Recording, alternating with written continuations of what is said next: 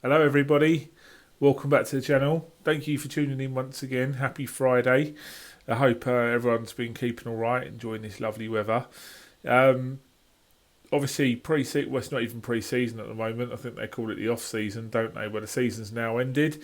Obviously, Man City won the treble in the Champions League final win over Inter Milan last Saturday. So congratulations to them. Real fairy tale story. Um, but yeah, I wanted to do a little video today. I'm not going to be doing these a lot because I think that after a while they can get quite tedious and you can really get sucked into believing everything that you read. But I wanted to do a quick roundup of all the transfer news that's going on at Tottenham at the moment.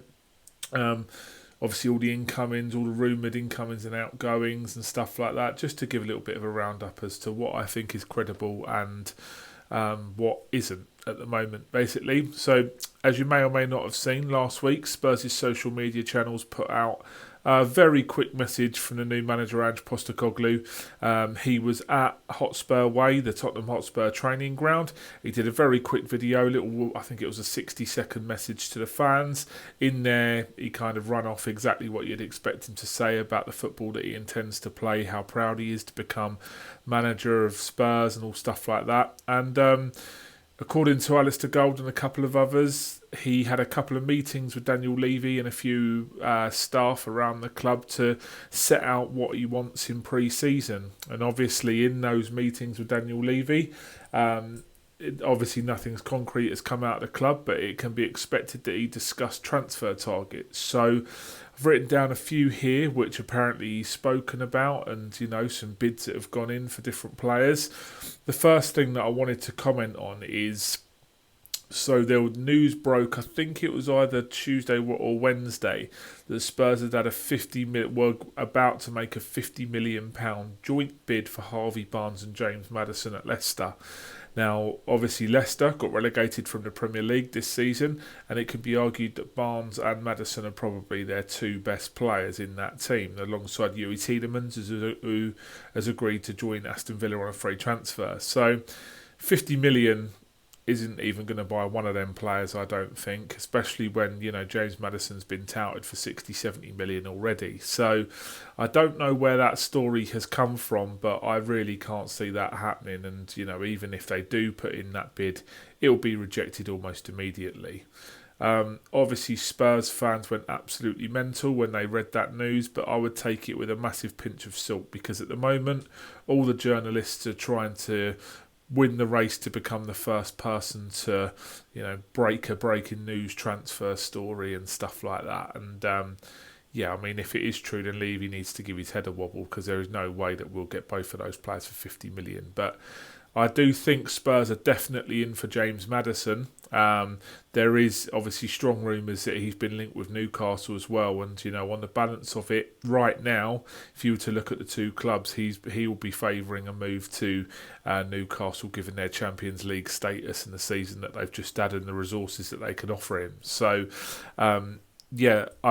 Harvey Barnes is a really good player. James Maddison's a brilliant player, and he'd also fit in that system that Postecoglou is probably going to play with the four across the back, then a three in midfield, whether that's a 4-2-3-1 or a 4-3-3. We know that Postecoglou likes his roaming playmaker in midfield. Jota used to do it for him. Rio Hatate used to do it for him at Celtic as well. So, yeah, I think we are definitely in the market for a creative midfielder, so we'll just have to see how that one goes. But, I'm really not too sure about that joint bid. The next thing I want to talk about is David Raya, the Brentford goalkeeper. Multiple sources have been reporting that this transfer isn't close to completion, but Spurs are currently thrashing out a deal to sign the Spanish goalkeeper from Brentford. Very, very modern goalkeeper, David Raya. He has been fantastic for Brentford since they got promoted to the Premier League. He's a very modern goalkeeper, very good technically with the ball at his feet, can play out from the back, but he's a good shot stopper as well. And he's been very impressive. There's also talk that Man United want him to replace David De Gea as well. The only stumbling block with this one is that apparently Brentford are asking for 40 million. And Spurs are hoping to get it around 27 to 30 odd million with a couple of add-ons as well. I know that Paul O'Keefe, who's one of the more trusted Spurs sort of like in the know accounts, I suppose you could call it, who are saying that we are in negotiations with Brentford to try and sign Raya. So that does lead me on to Hugo Lloris, who's obviously going to be an outgoing. Lloris, he's not been great over the last couple of seasons, that's putting it politely. He's been an absolutely brilliant stalwart and servant for Spurs, but he's been making a lot of mistakes that have been leading to goals and losing us points in the last couple of seasons. He's also getting on a bit now. I think he's 35, 36 years old, and there is talk that, a couple of Saudi clubs are in for him.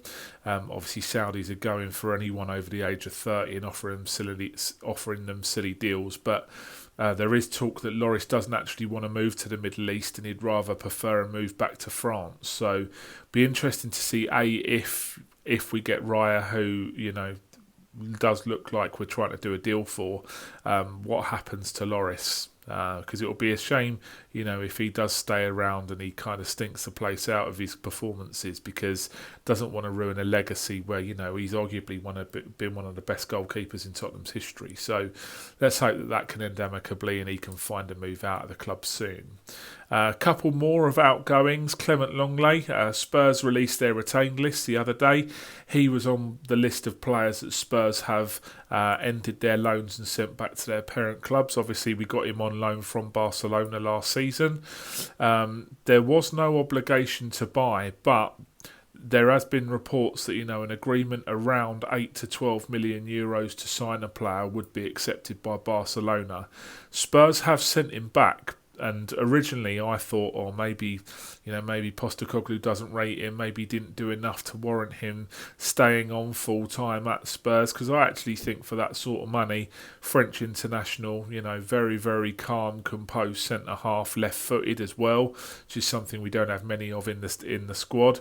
I think for that money it would have been foolish to not sign him. But it does look as if Spurs are in negotiations. I saw a couple of things to say Spurs don't want to go above 5 million euros. Not entirely sure about that one. I think it'll be, like I say, around 8, 10, 12 million, something like that. But I really do think that with the other defenders that will be going out of the door that I'll talk about in a moment, we should be looking to get Clement Longley on a permanent deal, because that would be really good for squad depth, and he could step into the first team when needed. It all obviously depends with how many centre-halves Postecoglou wants at the club, because it's clear that he won't be playing with a three at the back, thank God. I think everybody's sick of three at the back, aren't they, at Spurs, after Mourinho, Nuno and Conte playing it for the last couple of years. But let's see what happens with Longley. That comes round to two centre-halves which have been under a lot of scrutiny last season. Obviously, Eric Dier and Davinson Sanchez. We'll go to Davinson Sanchez first.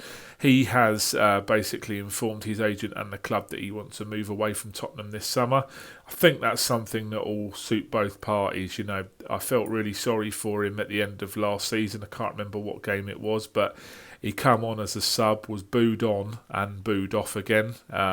He was obviously on the bench in tears, and it's not ever really worked out for Davinson Sanchez at Spurs, and I think that now is the right time for him to find a new club this summer, and we sort of like wish him the very best and move him on, because it's not going to work out, and I don't think he's that interested in being at Spurs anymore either. So if we can get some money for him, obviously move him on. Let's see what happens. Obviously, the other one that I want to talk about is Eric Dier. Dier, an England international, a proven Premier League centre-half. He was very poor last season, not digging him out, but, a lot of the defenders last season were absolutely appalling, and I think it's time that this club had a massive refresh, and that starts with some of the stalwarts in the club. Dyer's been there for several years now. He come in, what was it, I think it was 7 or 8 years ago from Sporting Lisbon. Played right back, played defensive midfield, but at centre half is where he's really sort of like earned his money, and he's been solid for Spurs, but he's just been very poor recently. He looks off the pace, and I think a change would do all parties good. There was talk that obviously Spurs offered him a new deal, and they were in talks with his agent over a new contract. They seem to have stalled now. I'm not entirely sure what's gone on behind the scenes there, but I think that there is a reluctance from Spurs especially to tie him down to too long a deal, especially, with his age now and the performances. Maybe they're looking to move him on and refresh that squad a little bit. So that's the rumours for now. Obviously, I think the main incomings. Spurs are going to try and get an attacking midfielder. I know that Rio Hetarte at Celtic, who's a 25-year-old central midfielder, he's got 20 goals and assists in 49 games for Celtic. Japanese international, obviously someone Postecoglou knows well. He's another midfielder that Spurs are going for. So it's clear that Postecoglou wants a creative midfielder in there. If he doesn't get Maddison, which I don't think he's going to, then maybe we move on to Rio Hetarte or someone like that. Obviously, Bentancur's out for a long time as well with that ACL injury. He'll be back towards the end of the year, apparently. We've just got to give it time. So I know Spurs fans are impatient, and I know it's going to be any opportunity to jump on Daniel Levy, but we do, it's clear that there's money there to spend, and we just have to be patient and hope that, behind the scenes, the director of football's coming along well, and the recruitment team are pinpointing the players that Postecoglou wants for his system to come in for pre-season. Pre-season won't start for another 2-3 weeks yet, so, there's no point in fretting over things. It will happen, and we have to be optimistic moving forward. So we need to use this summer as a springboard to implement the change that we really want to see in the club, because some of them players have been there for way too long. The loan players returning, we need to get rid of at any cost, really, get them wages off the wage bill, and really build a squad that Postecoglou will thrive with. So yeah, that's it for now. Obviously, not much football going on at the moment, so I'll make videos as and when I think that there's something worthy to talk about. But until next time, obviously stay subscribed to the channel. Thank you for all your support recently. Follow me on Twitter and comment below what kind of players do you think that Spurs should be targeting. Any names in particular? Who would you stay out of the current squad? And I look forward to hearing from you. Enjoy your weekend, enjoy the weather, and I'll see you soon. Take care. Cheers, guys. See you later.